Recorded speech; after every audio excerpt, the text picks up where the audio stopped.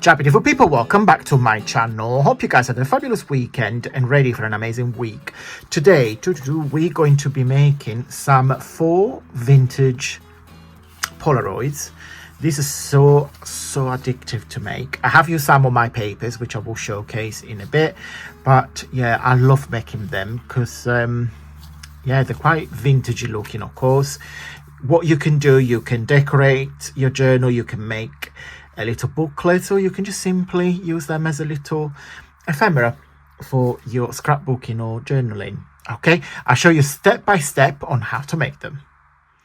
Okay guys, normally I always say to you, we don't have to measure anything, but unfortunately today, this is one of the probably fewer tutorials where we need some measurements. Okay, so to make the base of your Polaroid or faux Polaroid, we need a piece of cardstock. I use white, but you can use anything that measure 3.5 by 4.2. Okay, I repeat, 3.5 for 4.2 inches. And then the inside part, so the one is going to have a picture on it, is going to measure 3.1 by 3.1 inches. So if I put this on top, you will see it will create a nice border and a traditional Polaroid space in here. So for today's tutorial, I am using my treasures from the attic bundle. It's a bundle full of like photographs, etc, etc. I'm going to quickly show you on my website.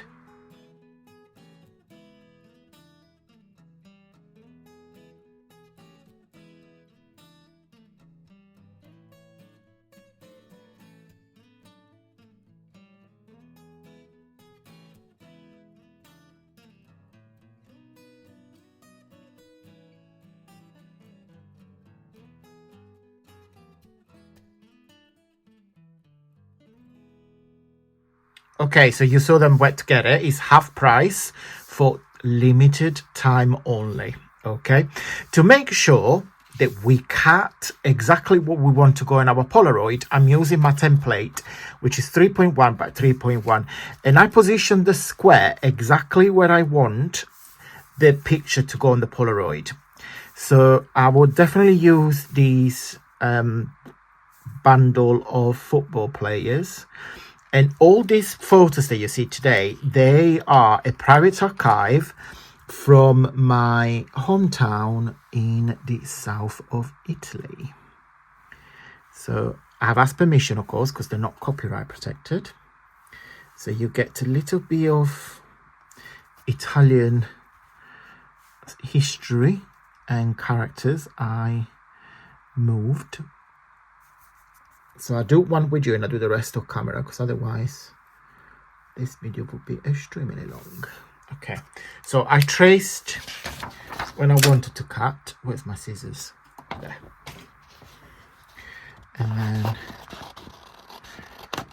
I am going to cut it. Now what you can do as well, you can round the corners if you wish to do so. I think I'm going to. So as I'm cutting it, and just round the corners. Okay, and then I am positioning it into the middle.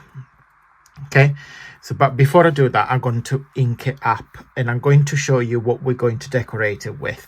I'm going to trim all the papers and I'll be right back. Okay, so I've done them all. I forgot to tell you guys that from one sheet of A4, so your traditional A4 size, you get 6, because as I said, each Polaroid it's 3.5 by 4.2, so you get 6 from one A4. Just want to tell you that. Right, so what I did, the good things about it, because already my photographs, they already distressed, so they're not black and white. Apart from this one, they're all a bit like, they're going to be a sepia color. So when you ink them, when you distress the edges, you already kind of like blend with a vintage look, because the actual photographs, they're actually quite vintage looking anyway.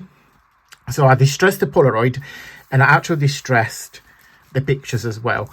And on here, in some cases, are actually going to be inside to create that additional dirty, you know, like aged look. The last thing I'm going to add, because I do think they need something, I'm going to use this one. Now, I absolutely no idea where these stamps come from. It's like that. I had a mustache for quite a while, and I just think it needs something like that. What do you guys think? Do you prefer, guys, do you prefer like plain or with that additional on the bottom? What do you guys think? Should I leave them half and half? I do think these are a bit plain, and I think this is just add a little bit more interest. So I think I'm gonna stamp them all. It just to give you an idea. Just use the stamps that you have. I just think it gives it more like an archive look. So before I forget, let me clean this stamp immediately. I always recommend you guys to have some baby wipes in your desk, so you don't have to clean anything after. You just clean it as you go, and just simply clean the stamp and also clean your fingers. Okay, that's it, guys. That's my faux Polaroid. Let me zoom out a little bit. Yeah, so you can see them all. Okay, these are so addictive to make. And also, I think if you do craft fairs, you can sell in a pack of 4, pack of 6, just to decorate your journals. You can make like paper clips from them. Just simply add like a little paper clips on the bottom. I just left it as a little ephemera for my journal, but again, you can do what you want. Guys, I'm going to go. Big thumbs up if you like this video. I really truly appreciate your support. If you wish to purchase my bundle and support me even further, it's our price for a limited time only. I will put the link down below. Have a wonderful day, and until Wednesday, stay safe and well. Mwah. Bye.